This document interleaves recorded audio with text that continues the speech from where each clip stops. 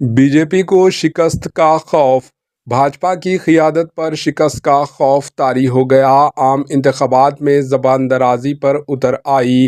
حالانکہ قیادت اچھی طرح سے سمجھ چکی کہ انتخابات جیتنا اتنا آسان نہیں۔ 400 پار کا نعرہ لگاتے ہوئے ملک کی عوام کو بے وقوف سمجھنے والی قیادت دراصل خود بے وقوف کی باتیں کرتے ہوئے ملک کے مسلمانوں کو نشانہ بنانے کی اونچی حرکت پر چل پڑی تاکہ ووٹرز کو آسانی سے تقسیم کیا جا سکے۔